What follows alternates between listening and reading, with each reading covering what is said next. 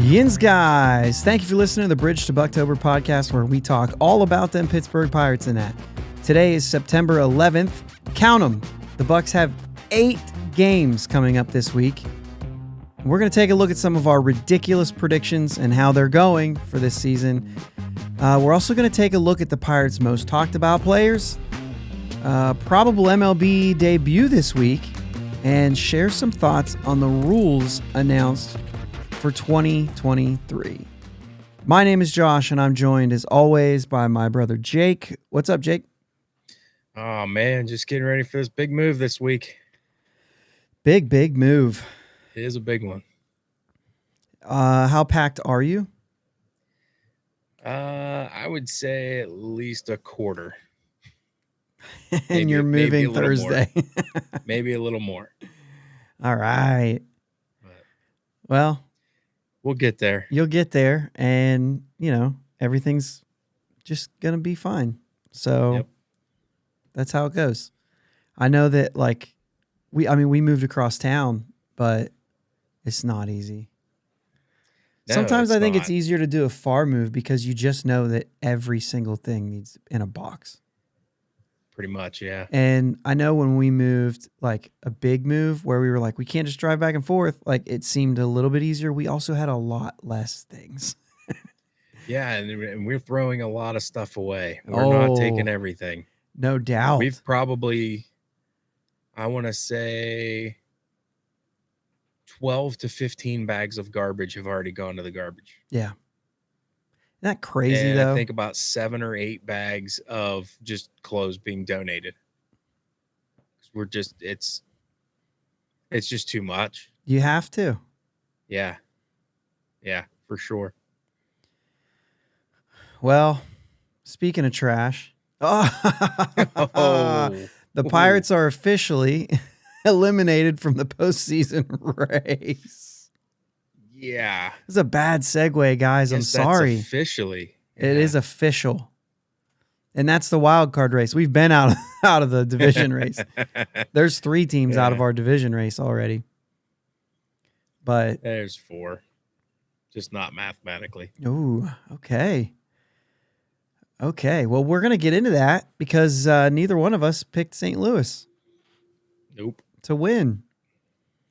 So we're going to get into some of those things, and it's not the end of the season, but we're going to take a look at them anyway because we see what things are actually still possible. And then probably at the end of the season, we probably won't. We'll probably be like, eh. We already know. We'll just, we'll cherry pick them and tell you the ones that we got right or something. We'll figure something out. It'll be a short list. It'll be a short list. It always is. That's the whole thing about predictions. So just, I don't know, a month ago, you asked me about a prediction and you said, does Pujols hit 700? And without blinking an eye, I said, yeah, of course he does. Because the great ones always figure out a way. Right. So then this morning, we were actually together this morning. This morning I said, if Pujols is up and the game's on the line. Now, I did mention that he had 699 home runs in this scenario. Do you pitch to him? And you said you have to because we're not in the playoff race. Yeah. So you have to pitch to him. And that the scenario came up today where first base was open and we could have put him on. And we pitched to him and we lost. So 697 home runs for Albert Pujols. Sitting alone at number 4 now. Yep.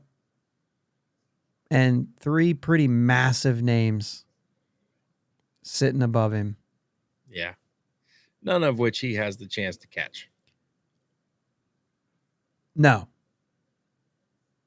Not even close. Not even close. The 714 is so far, he would have to play another year.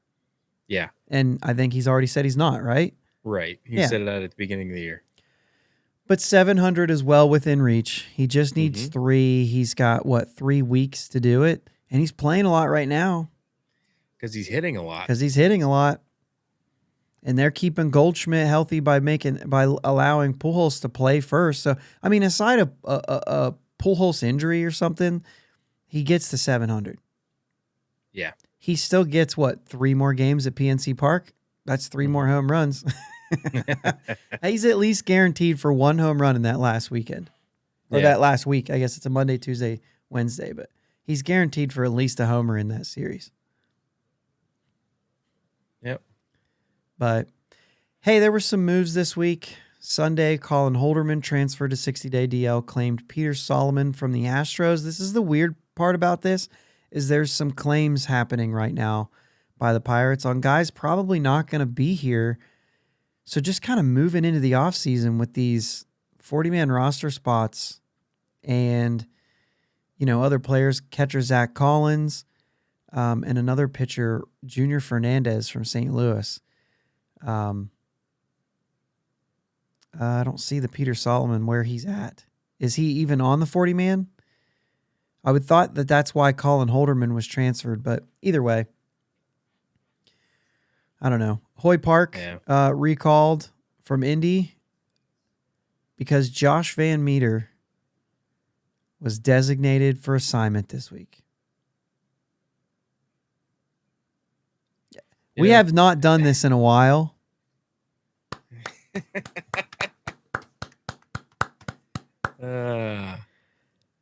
It's almost moot at this point, though. My goodness. Well, but they brought up Hoy Park, which is another guy that has a chance to be DFA'd in the offseason because they're going to need to protect some guys. Yeah. And I think we talked about this. Josh Van Meter is barely playing. So if you call up somebody in his spot, he's going to barely play. So it almost made sense just to keep him. But now Hoy Park kind of fills that same role. Yeah, I was nervous there for a minute because it was right after we said that he hadn't been getting playing time. He got a start, and he came up with a big hit in a spot. I can't remember what it was. I was like, it was a double, great. RBI double. Yeah, RBI double late in the game, and I'm like, now he's gonna get more playing time. And then the next day he was DFA'd. Yeah, Cam View also DFA'd as part of the waiver claims, from my understanding. The 2 guys that were claimed, the 2 spots were Cam View and Josh Van Meter. Hoy Park was already on the 40-man, so that was just an active roster spot. So Eric Stout was up for the doubleheader and back down. Dylan Peters sent to a rehab assignment. Cam View and Josh Van Meter officially sent to Indy Saturday. And sources are saying today that Luis Ortiz is getting called up. Pirates number 30 prospect on the pipeline on Baseball America. He's ranked as number 22. Just threw 6 no-hit innings on Friday? The 8th. Yeah, that's better. Whatever day that was. That was Thursday, the 8th. He threw 6 no-hit innings, 2 hits, or 2 runs, but no hits. Right. ERA is kind of up, but like his strikeout to walk ratio, he's given up some home runs, but his strikeout to walk ratio is really good. Yeah. And he's already 120 innings. He's 23. This is probably, I would imagine he's one of those Rule 5 guys that we talked about before. Baseball America lists him as the most improved pitcher on the Pirates. So, kudos. We should see a debut this week, and that's really cool. Yeah. And we'll get into that number. We'll get into that number later. But he would be due to pitch as far as Thursday, and then Friday, Saturday, Sunday, Monday. He would be due to pitch on Tuesday, and we just so happen to have a doubleheader on Tuesday. So this could be you know what? Come get a start. Yeah. And I'll send you back down, but it could just be a come get a start kind of a thing. Right. Never know. All right, so let's kind of get into these things. So one more time before we kick in, we're going to talk a little Oneil Cruz right now. I may touch a little bit on Mitch Keller if there's time. And then later we'll get into those predictions that we talked about and rule changes that were announced this week that they voted on and got pushed through. So those are the kind of things that we're going to be talking about today. And I want to start with Oneil Cruz. This is why I said in the opening, the most talked about players. If Mitch Keller and Oneil Cruz were not the most talked about players of 2022, then challenge me by telling me who is. To be honest with you, I think Josh Van Meter probably gives them a run for their money in a completely different light. But I really can't think of any other guys as far as pitchers or hitters who've been talked about more. You know what I mean? Yeah, that's fair. With the offseason stuff of Mitch Keller, and then, you know what I mean? Mm-hmm. And he struggled, and then now, I guess I'm to talk about Mitch Keller first, because he's good now. Yeah. This has been consistent starts. He should have won another game today. Mm-hmm. That's all I really had to say. I have been very reluctant to say that. Yeah. And watch his next outing. If his next outing, it goes bad, and then he bounces right back, then it was just a bad outing, and that's normal. It doesn't have to be like it's already been consistent. Right. Yeah. He had the one deal in this huge mix of things. Dude, his ERA is down to 4.01. He is almost in the threes in ERA, and his season looked like it was going down the tube. Yeah, it was bad. I mean, do I still have this? Because now we're here. He had a 6.62 ERA through his first 4 starts, a 5.19 ERA in May. And then it goes to 4.10 in June, 2.61 in July, and then 4.70 because of really just 2 outings in August. And then now his last 2 starts and his 2 September starts against 2 first-place teams, mind you. As a matter of fact, his last 4 starts have been against first-place teams. I don't know if the Mets were in second place when he made the start, but Mets and Atlanta are those 2 starts. And he's given up 2 runs, 2 runs, 0 runs, 0 runs against teams that are first or second place, because Milwaukee was one of them. Mm-hmm. And the Atlanta one was it's only 2 earned runs, but that was the 7 runs in just 3 innings. Yeah. Right after the 2-inning outing against Boston. And it was like, oh, maybe not. And then he bounced right back and has been good through 3 games. That's it. That's all I'm going to say. Let's go on to Oneil Cruz, because that's another thing that needs to be updated, because we've been talking a lot, and the most common reply is, oh, he hit that one 117 miles an hour. And the very first tweet, or one of the first 5 tweets that are a response to the Pirates saying he hit one over 100 miles an hour is, maybe he should try to hit over 200.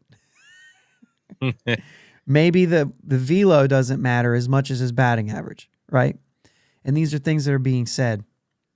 And that's fine. And I haven't commented on those because I'm like, no, they're right. Like, he needs to hit the ball. Yeah. He's been hitting the ball. His average is still down. He's still sitting at 227, but not too long ago, we were under the Mendoza line. Yeah. Last 7 games, he's hitting 400. That includes today's 0 for 4. Last 15, 317 average. And his OPS is still over 1,000 for his last 15 games. Last 30 games, this is where the struggling had stopped in the midst of this. 237, 775 OPS. So you can see in a 2-week span, it has changed. Yeah, absolutely. Something's clicked. In September, which I think is 9 games so far that he's played, 368, 1,148.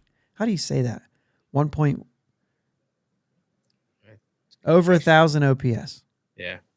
5 of those 9 games were multi-hit games. 6 of his last 11, multiple hits.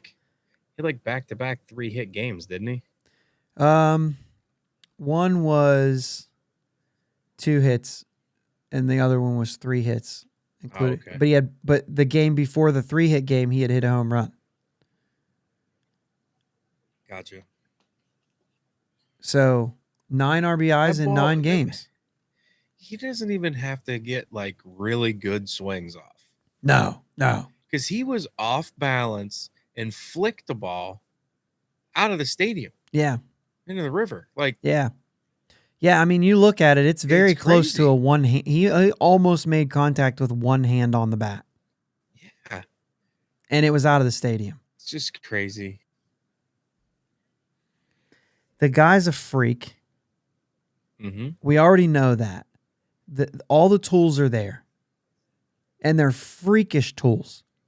The fact that he has the speed to go along with the arm and the power, and the fact that he really defensively, his throws are what's shaky about his shortstop, not his Yeah. fielding. Right. So when you're looking at that, you're saying, well, can he handle short? It's literally just the throw.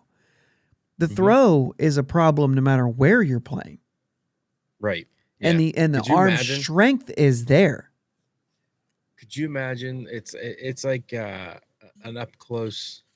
Say you're shooting a target and you miss by a quarter of an inch, and then you take that target and move it back another 150 feet, and now you're off by like 6 inches.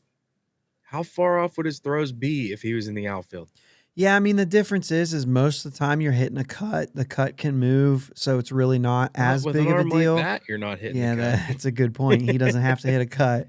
That's Ichiro style, man. Yeah. Ichiro don't need a cut. But I just, I don't know. That's just something I thought about with, his arm's good for the outfielder. Sure, it's strong enough, but Yeah, if it's not accurate to first, it's not going to be accurate to a base from further away. You get a different approach, though. I mean, You I do. played outfield in high school, and I mean, I rarely threw the ball away from the outfield. You know what I'm saying? Like that, Sure. You have a better, like, you've got better balance. You're not throwing off balance very much. You're going to field the ball. You're going to get balanced. You're going to make your throw, and it's going to, more times than not, it's going to go where you want it to go. You know what I mean? At least within the vicinity. And the thing is if you're throwing from the outfield, you're throwing at a base where a guy generally should be safe. You know what I mean? So if you throw it a little bit off and I have to reach for it and then come back with the tag and he's safe, you might say, oh man, if that was online, he probably gets him. But you're not saying like, what a terrible throw. You know what I mean? Where if you make the first baseman come off of first base in any way, it's an error. Yeah. It's not an error on the throw from the outfield when a guy's trying to get one extra base on a hit. So it's a little bit different because of the expectation. A ground ball to short that you field good, I expect you to just hit the first baseman in the chest. And that's just not the case. And Michael Chavis, like, it's hard to say Cruz owes him some dinners, but just because Chavis makes more money than he does. That's fair. But seriously, it's almost like, the athleticism and the tools are freakish. Yeah. And all we've been waiting for is like an extended sample size of him putting those things to use. Yeah. You know what I'm saying? It's kind of like, dude, I've got tools in my garage that I am not skilled at using. You know what I mean? Mm-hmm. And so you just want to make sure the tools are there. There's no doubt. Are they fun to talk about? 100% fun to talk about. Yeah. Are they freakish? And like, that's the thing is, the people that get bent out of shape, that people are amazed by what he's doing. No. It's absolutely amazing. But the verdict is still out on what type of player he will be. And I think it was a couple weeks ago when I said, he's not Julio Rodriguez stuff. He's not this unbelievable, like, guarantee. And I still say that, but at the same time, if he puts it together, he very well has the potential to be that. Yeah. There have been games this week, and the Pirates are playing really bad right now. And there are games they're in where you're like, but as far as wins and losses, aside from how they're winning and losing, as far as wins and losses, they're losing a lot of games. Yeah. And somehow he's put himself in position like 3, 4, 5 times to say, no, because of that, we have a chance to win this game. The home run just the other night, like, he breaks the tie, and you're like, we actually, like, we can win this game now because of this.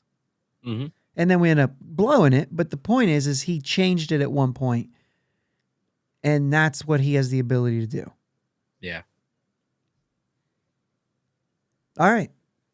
Anything else on Oneil Cruz? I mean, I think we've touched on it. I think we've touched it. We're gonna take a little bit of an early break today, and then we're gonna get into these next two things. And yeah, that's it, right? We're gonna get into these things. We're gonna talk about rule changes and those things and the things that are actually in, and kind of maybe our thoughts on that, and then also touch on a few of our predictions for the year and see where we're at with those.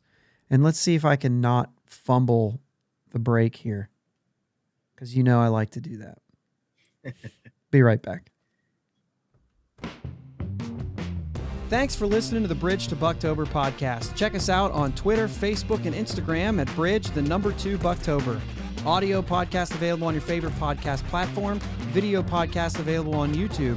Follow us on the socials and subscribe to the podcast. If you're on Apple Podcasts, take a couple minutes for a review. We'll be right back. Swearingen Bat Company is Ohio's premier wood bat company, specializing in custom wood bats to meet any need from T-ball to senior league. Check out their website at swearingenbaseball.com. Link is in the show notes. Twitter and Instagram at Swearingen Bats. You can also find them on Facebook. Swearingen Bat Company, that's swearingenbaseball.com. Let them know you heard it here. And we're back. Bridge to Buctober podcast. September 12th on release of this. We're almost there. Almost to the end of the year. And then our off-season discussions begin, and it's rosters, it's rules, and all that stuff. But we got a little taste of the rules this week. Yeah. Yep. Mentioned some. When was this actually? September 9th. So this was Friday. They kind of announced this. They've agreed on 3. Right? We've got pitch timer. We've got defensive alignment. Restrictions or limits, and we've got bigger bases because we got bigger players, right? Is that why? Yeah. No, not at all. Okay.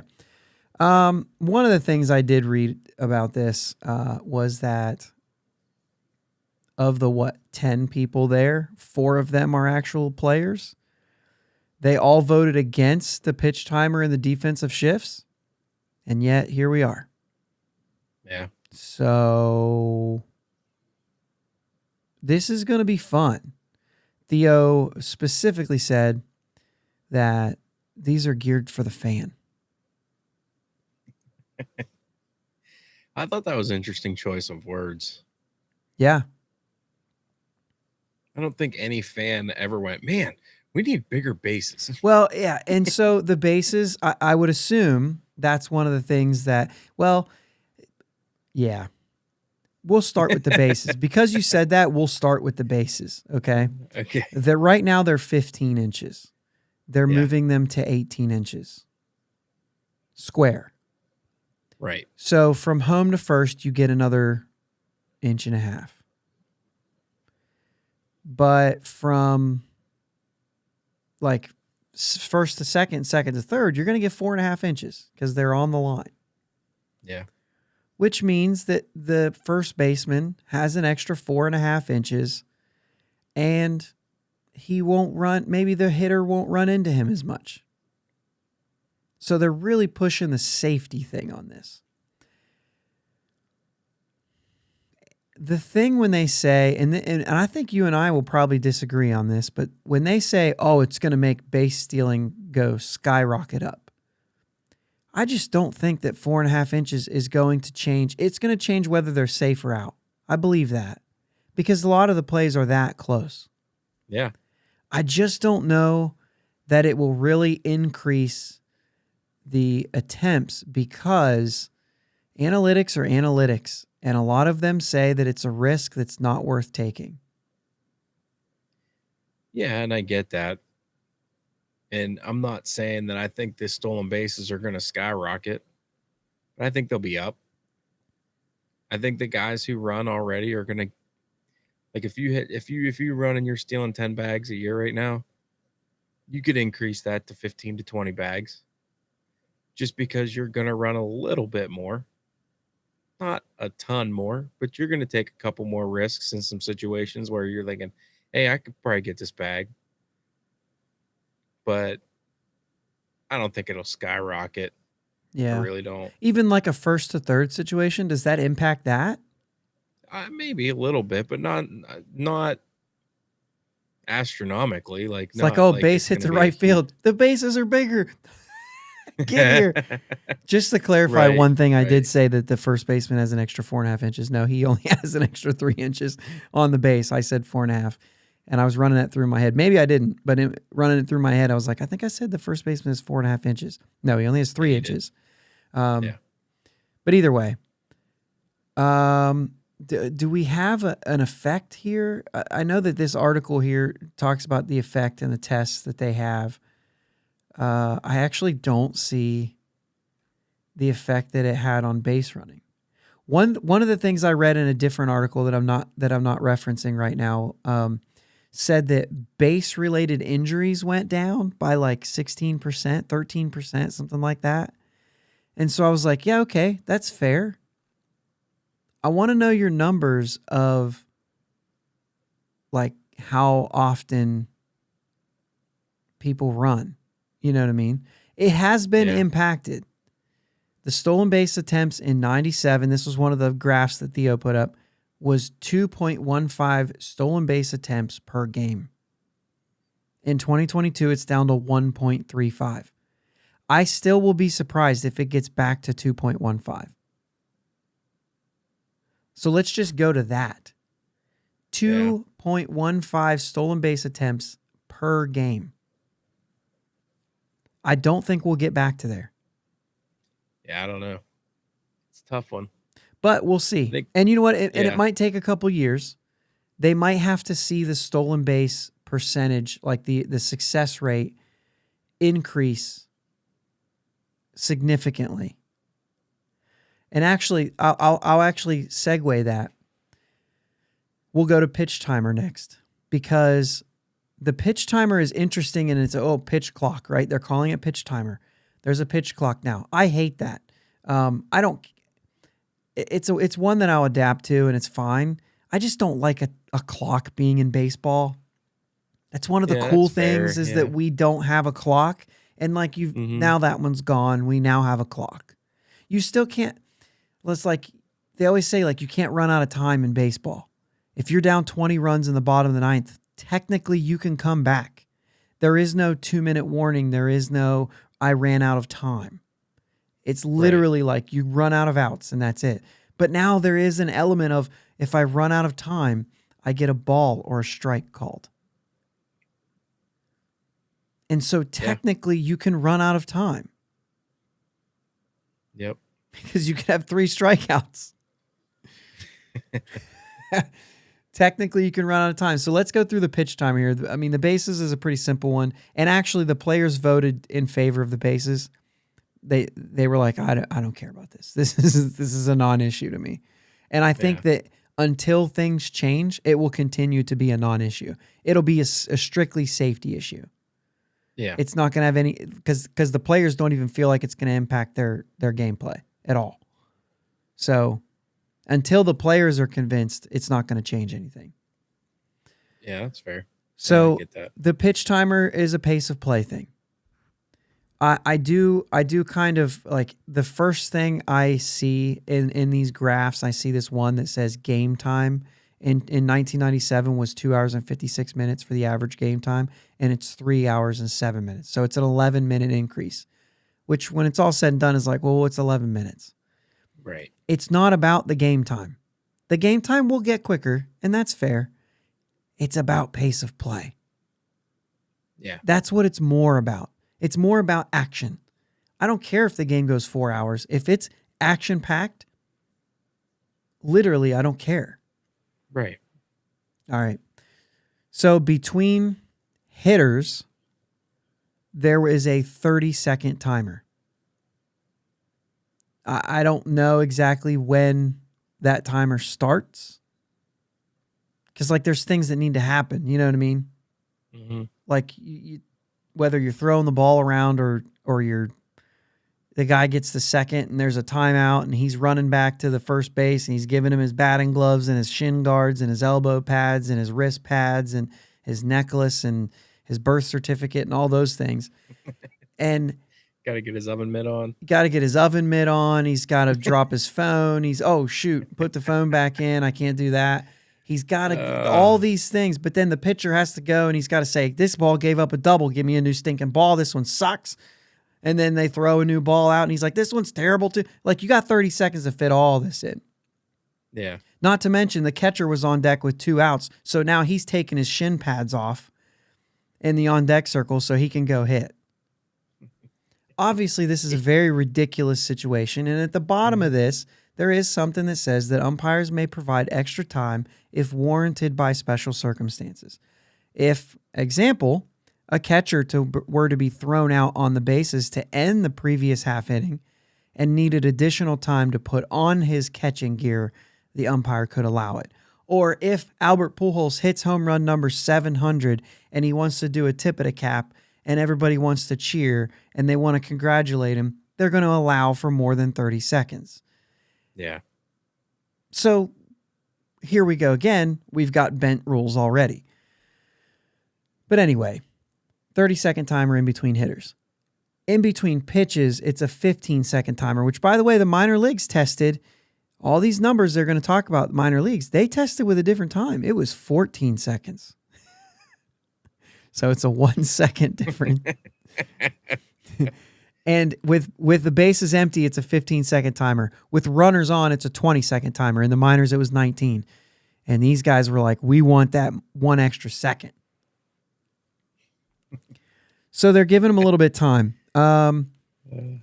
Yeah. It says at last check, according to this article, the pitch timer had reduced the average time of game in minor leagues by 26 minutes. So we're trying to make up for 11 minutes and we're really we've gone too far. Yeah. Yeah. Already. Well, they were doing with a 14-second, not 15-second. So 24 minutes, 23, you know what I mean? I guess that adds up after a while, a couple hundred pitches, you know what I mean? So anyway, there's a caveat to this rule.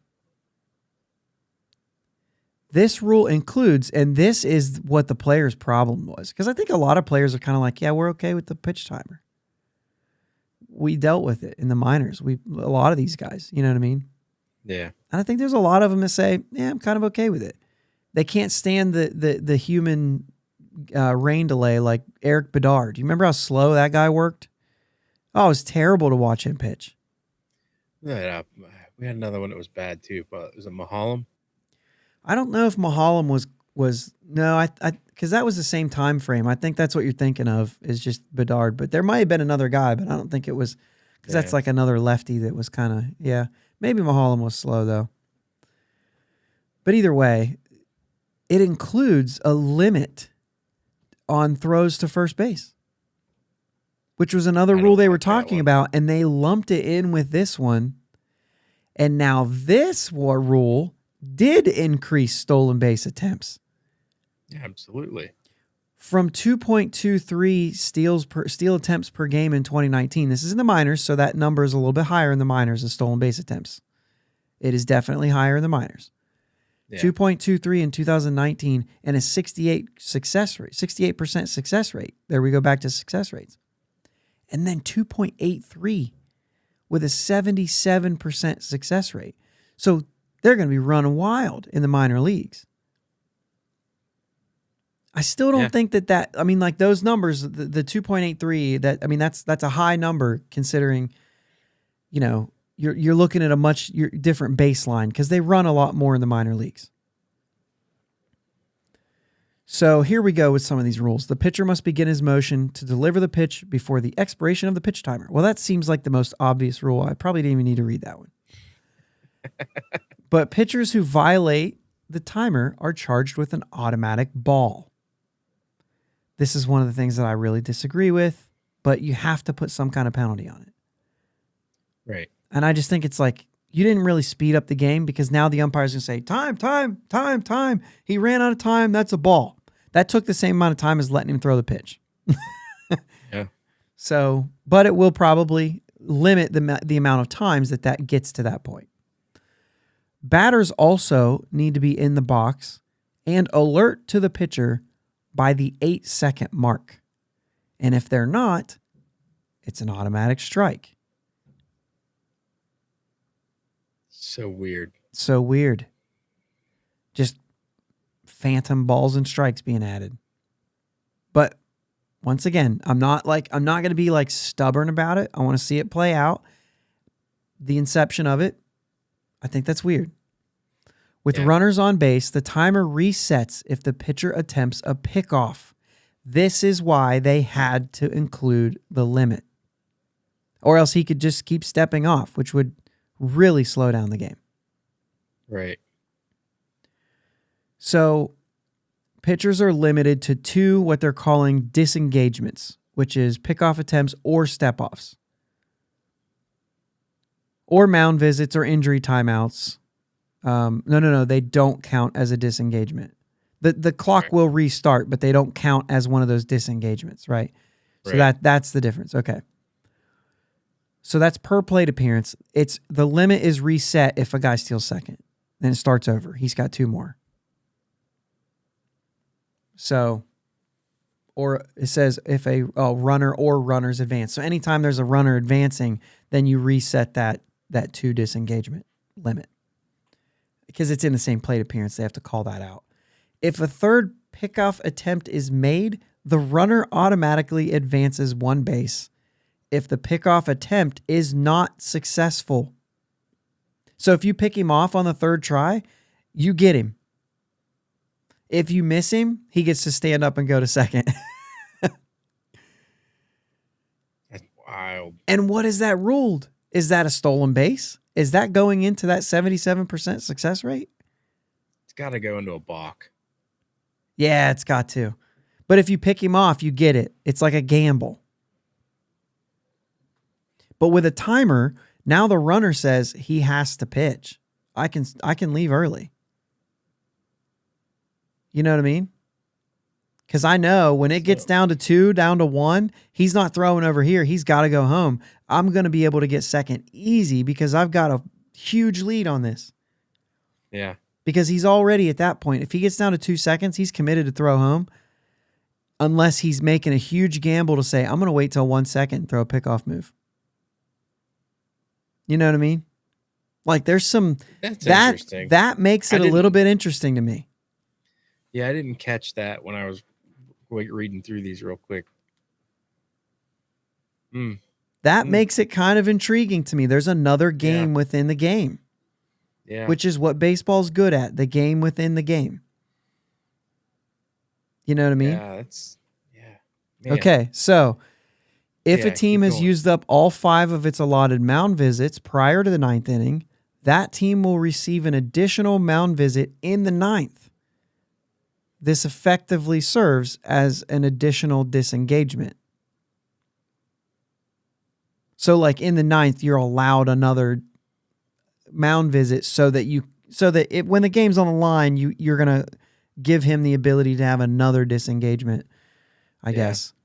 So, because that's what they were saying. 9th inning, you're going to mess with things when I'm trying to throw pickoff moves to try to get a guy when the game's on the line. And you know what I mean? Yeah. So anyway, we talked about the minors and all that stuff. So moving on, defensive shift limits. So the pitch clock's going to be interesting to see, right? Yeah, I'll be interested to see how that plays out. So defensive shift limits are 4 infielders must be within the outer boundary of the infield when the pitcher is on the rubber, not throwing a pitch, within the outer boundary of the infield. Okay, infielders may not switch sides. In other words, a team cannot reposition its best defender on the left side of the infield if the batter is more likely to hit the ball. Or reposition its best defender on the side of the infield the batter is more likely to hit the ball. So like you can't say like, well, we got one guy like shortstop and second. This guy's better, so we're just whatever the guy's likely to hit it, we're going to keep switching them, and can't do that. Which is interesting that even came up because I don't think that's ever happened. I think I like we were talking about this earlier, and I think it has to do with the third baseman going over to the other side. Yeah, but that would be with three guys there. Right. And if the infielders are not aligned properly at the time of the pitch, the offense can choose an automatic ball or the result of the play. What? So if he grounds out to second base, you can be like, nah, he was out of position. That's a ball. That is the penalty, not like an error because he was out of position, not what did we say before? Not an error, but like a catcher's interference type thing. Yeah, maybe like a catcher's interference type thing, illegal, I don't know. This is going to be interesting, and I have a feeling this gets changed. Yeah. Once again, you're creating something that's going to slow down the game. In my opinion, if he's out of position, he can't be the first one to touch the ball. And I likened this. Football season started, guys. When a receiver goes out of bounds and comes back in, he can't catch the ball. Or it's an illegal touch or whatever they call it. Now, if another guy catches the ball and then laterals it to him, he's okay because he wasn't the first one to touch the ball. I think that's what this is. If you hit a ball to second base and the second baseman's out of position, dead ball, he gets first base. You were out of position. Yeah. Just call it dead right there. If the ball goes to the shortstop, well, that didn't even impact the play. Let's keep the game moving. Apparently, that's not the way they went. The rule does not preclude a team from positioning an outfielder in the infield or in shallow outfield, but it does prohibit 4 outfielder alignments. So the biggest thing is they have to have a minimum of 4 players on the infield. So you can't have a guy in the outfield, period. And that's within the outfield. Like he can't even just be playing in the grass. Right. With at least 2 infielders completely on either side of second base. They're intended to increase batting average on balls in play. They did this and to allow infielders to showcase their athleticism to range better, I think is their thing, which is kind of a good point. We've seen Mike Moustakas and Max Muncy and these guys playing second base who are typically corner infielders. Yeah. And they don't have to range because the shift. But anyway, they said at the time of writing this, the batting average on balls of play in the minor leagues was 291, which is 6 points lower than 2012 and 10 points lower. Oh, no. This is in the MLB.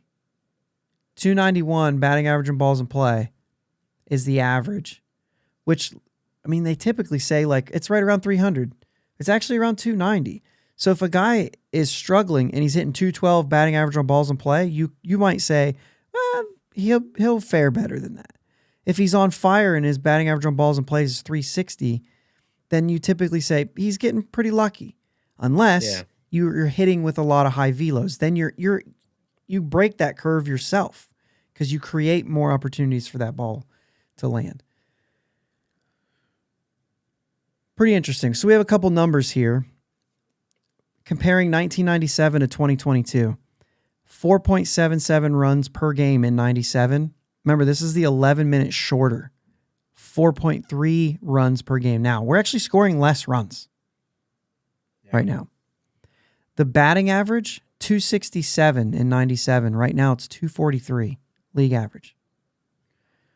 Double percentages, triple percentages are down. Strikeout percentages and home run percentages are up. But home runs went from 2.6 to 2.8. That's it. I thought that'd be a little higher. Uh-huh. And the strikeout percent 97 steroid era, too. True. And the strikeout rate is 17.1 to 22.3, which is huge. Yeah, that's big. So, interesting. These have effects on all of these things, right? So, I don't know. To me, it's interesting.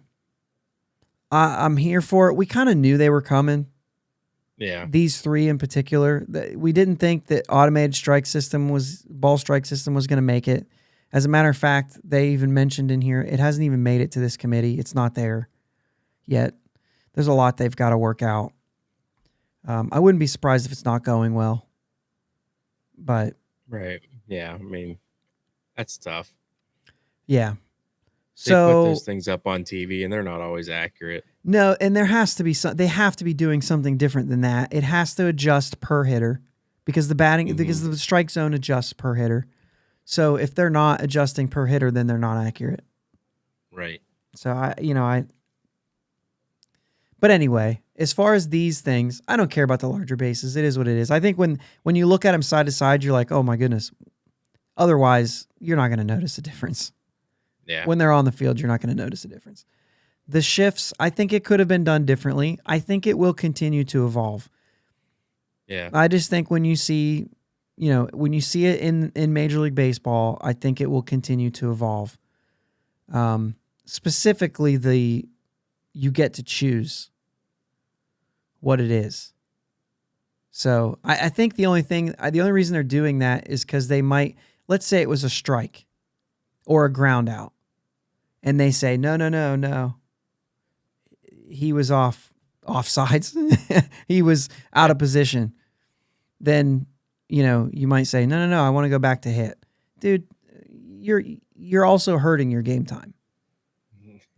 Yeah, big time. Big time. Because now, what do you have, another 30 seconds? Or does he have to sprint in there because he has to be there within, if nobody's on base, he's got 15. That means he has 7 seconds to get in the box and be alert.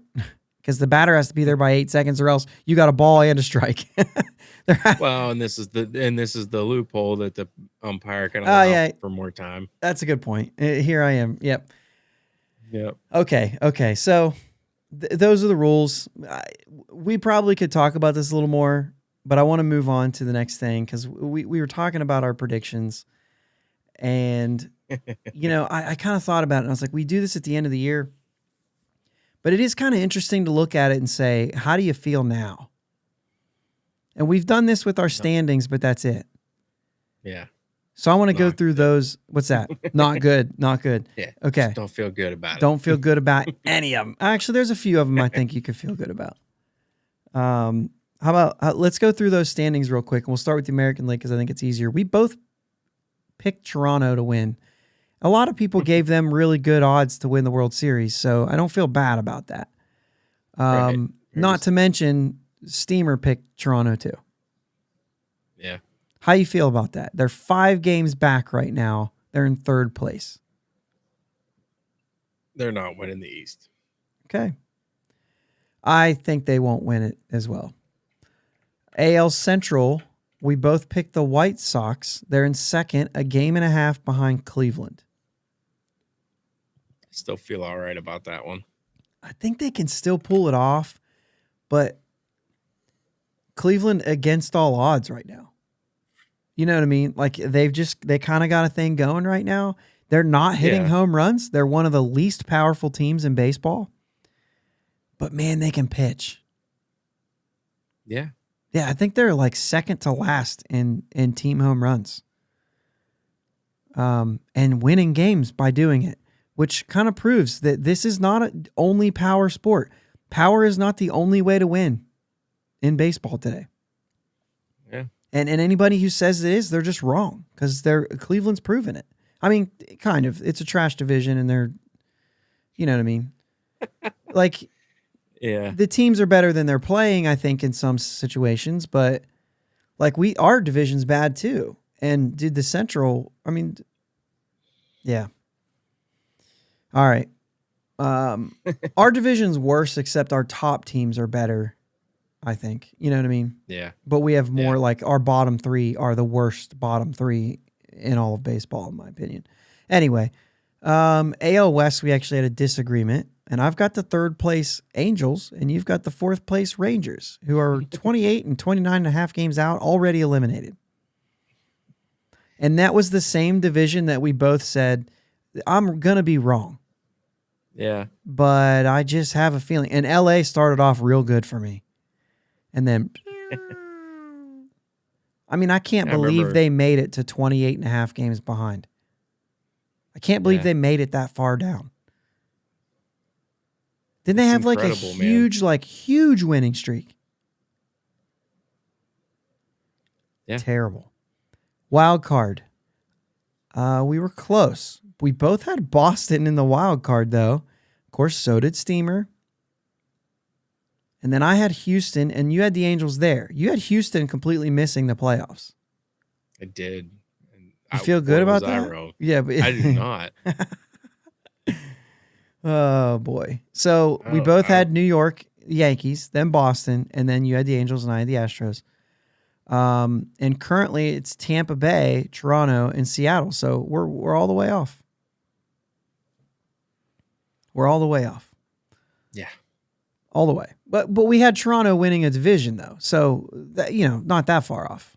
And New York we had as the number one wild card, barely behind Toronto. And it's just the opposite, except Tampa Bay's in the mix as well. And I wanted Seattle to be there, but I was not going to do that. That's all. And Seattle's 5 games up. They're pretty comfortable that those are going to be the teams. Yeah. That's not a guarantee, but pretty comfortable. Which means that Central race is really tight. That game and a half between the White Sox and Guardians, that's a good one. That's a good one to watch. Mm-hmm. Man, the Guardians can pitch. Anyway, NL, we both picked Atlanta, and they were like in first all week until now. So now they're a half game behind the Mets. The Mets being also,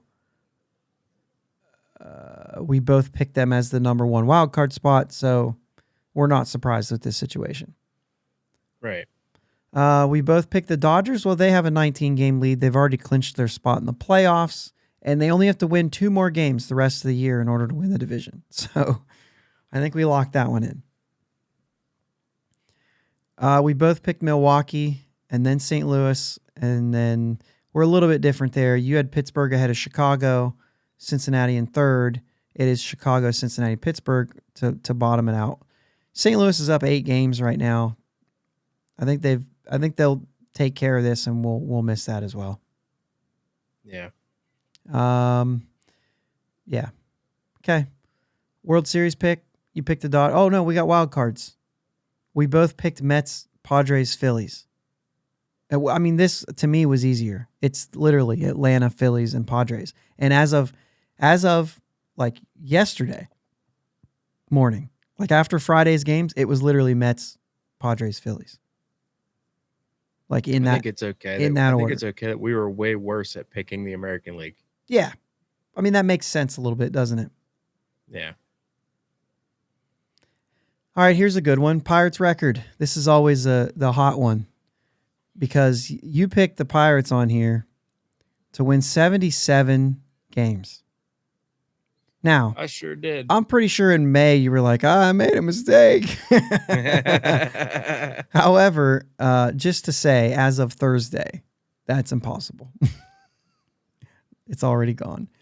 And I picked them to win 70, which I thought was kind of a modest pick. And they would have to go 19-4 the rest of the way out to get to that number. They're going to lose 100 games. Yeah. It's going to be hard not to. I'm pretty sure they have to go like 12-11 not to lose 100 games. We got some tough games coming up. Yeah, we got a tough schedule. They're losing 100 games. Yeah. And the funny thing is this team, when you look at the paper, they're still better than last year's team. I agree with that. Batting average is not. So, like, you know what I mean? When you look at those kind of things, but like power's way up. Mm-hmm. Pitching, I feel like, has been better. Bullpen is not. No. But starting pitching has been better. So, like, it's weird. I have to look at the actual numbers to see, like, where they actually line up. But, like, you think of, like, some of the games, you know what I mean? Quintana was better than Tyler Anderson. Yeah. You know what I mean? So, like, and that's kind of where you're, you know, that if you make that comp. Anyway, I think that goes without saying. We did mild and wild predictions. We've got some time, and I'm having some fun. And I actually went back and listened to this. Okay. And that's important because I will say that there were some things that we said that will make this. I had a mild prediction that Mason Martin would make his MLB debut. And I said not till September, as like a September call-up possibly. But I thought that he would get his first show homer if he got called up. This is not happening. No. But, I had a really big miss here. Cole Tucker doubles his career in home runs, games played, all these things. Huge miss. And the funniest part about it is I put it under mild. I was convinced enough from what I saw in spring training that he was going to strike the ball.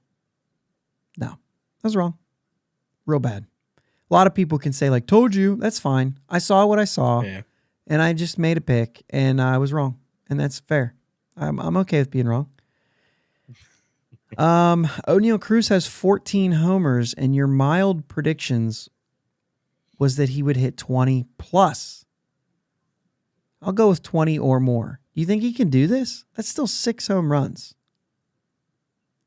I think it's possible. I don't think he'll do it. Yeah, you started this on your wild predictions, and then you moved it to mild because Steamer actually had him at 20 home runs.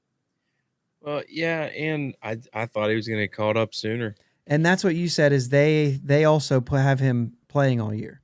And you said, I don't think he'll get enough at-bats to do it, so you wanted it on your wild. But it still ended up kind of on that teeter-totter. But you said he may not get the at-bats for it. And that's probably what it's going to happen. I said that we will see 6 MLB debuts this season. We've already doubled that, and we already know there's going to be another one this week. Yeah. And I put that under mild because I said, and I said this in the episode, there's like 15 guys that have a shot, plus others. And so I just said 6 was my number because I thought that would be easy. So then you have a couple. Roansy Contreras is in the rotation before season's end. That's already true. Good job. Yeah. And Miguel Yajure is also in the rotation by season's end, which is a little gray. He is on the team. Yeah, but he's not. He's not going to get in the rotation. He's going to get starts. That, you know what I mean? That kind of makes it interesting. Is that considered in the rotation? Not to what you were saying, but interesting. So then we did wild.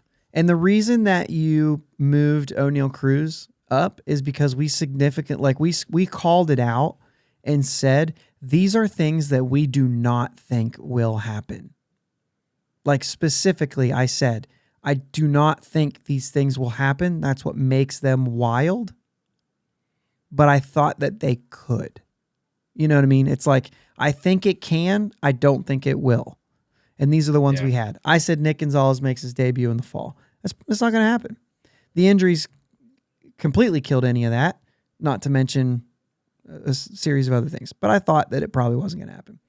You said Mitch Keller was going to win 15 games. He's 5 and 10. He's got 15 decisions. He's got 15 decisions. I said that Mitch Keller would strike out 200 batters. And like I said, this is when I did. And I even said on the episode, by the way, that I think it's more like 150 if he pitches good. Well, it's 115. So,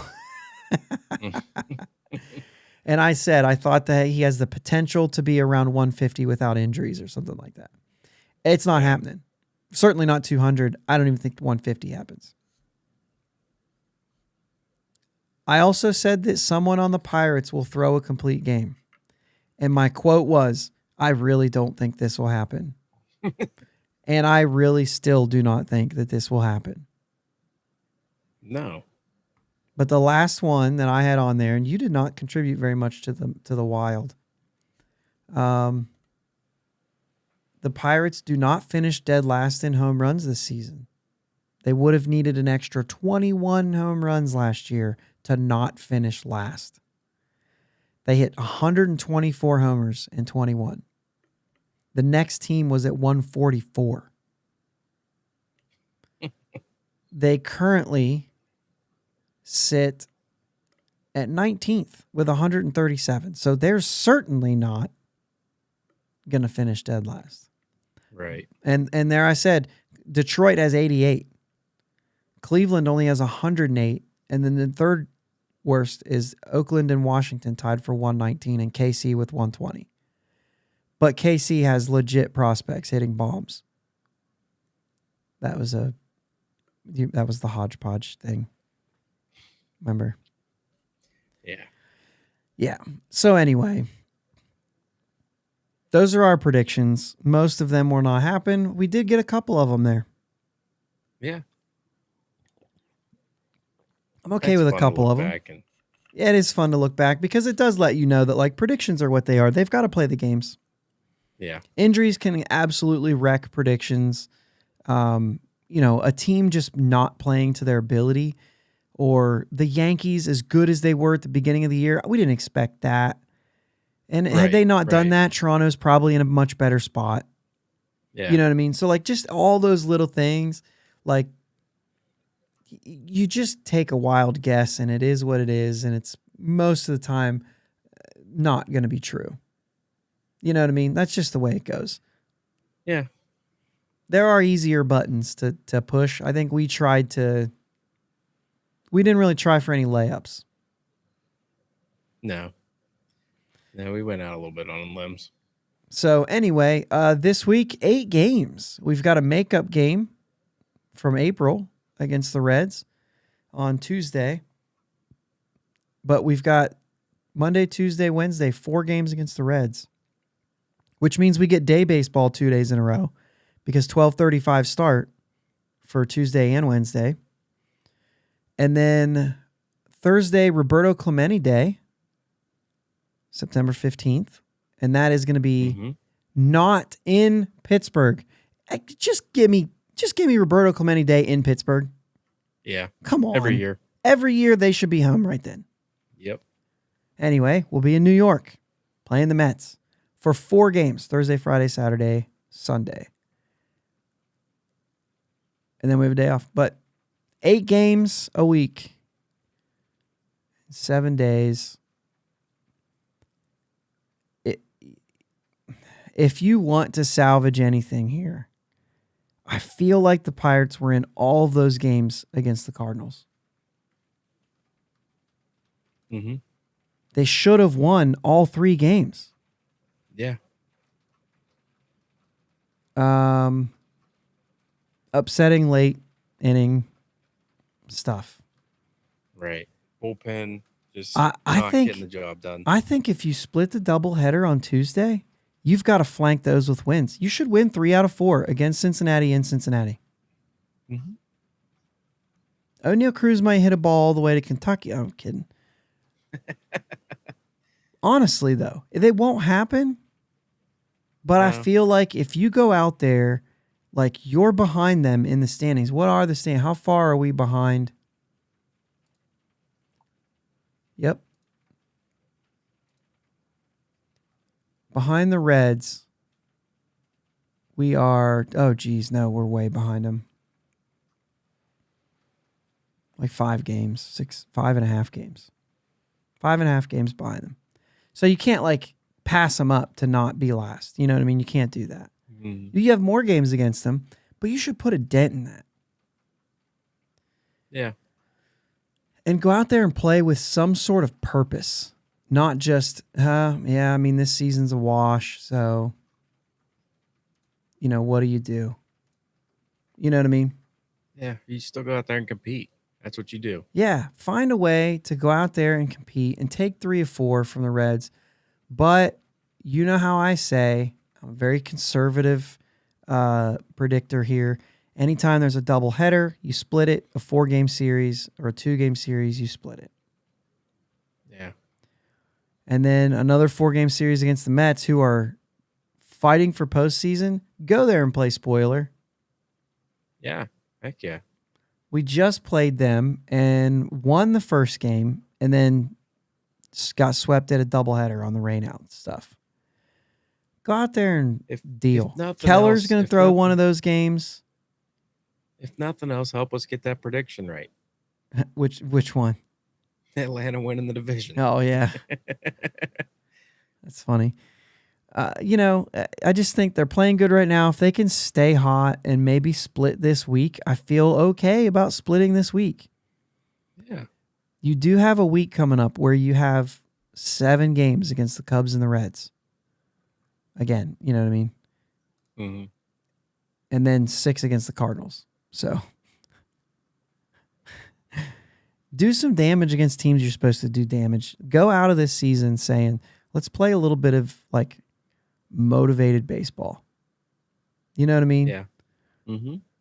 I think that would be a good thing to do, says the fan. Yep. As if the players are not going to. They're going to. That's their Absolutely. plan. But Yeah. but I just want to see it happen. All right, that's all we've got for this week. I know it was jam-packed and we just flew through a ton of stuff, but I think that's how we do things, right? Sometimes. Yeah. So next week, it's going to be interesting. Jake, you're not going to be here next week. I don't think so. I don't think I'm going to have everything up and running by the time we're ready to record. So Okay. So I'll either have someone or we'll figure something out. yeah. Hit me up if you want to be on the podcast. Also, though, hit us up on the rule change stuff if you have any stuff. I'd like to hear from you. Yeah. All right, guys, let's go Bucks. Happy birthday, Ashley. Happy birthday, Ashley. My wife's birthday today. Yep. That's The right. The 12th. All right, man. Let's go Bucks. Let's go Bucks. Thanks for listening to my dad and Uncle Jake on the Bridge to Buctober podcast. Follow them on Twitter, Facebook, and Instagram at Bridge2Buctober. Don't forget to subscribe so you know when new episodes are released. Clear the deck, cannonball coming, and let's go Bucks.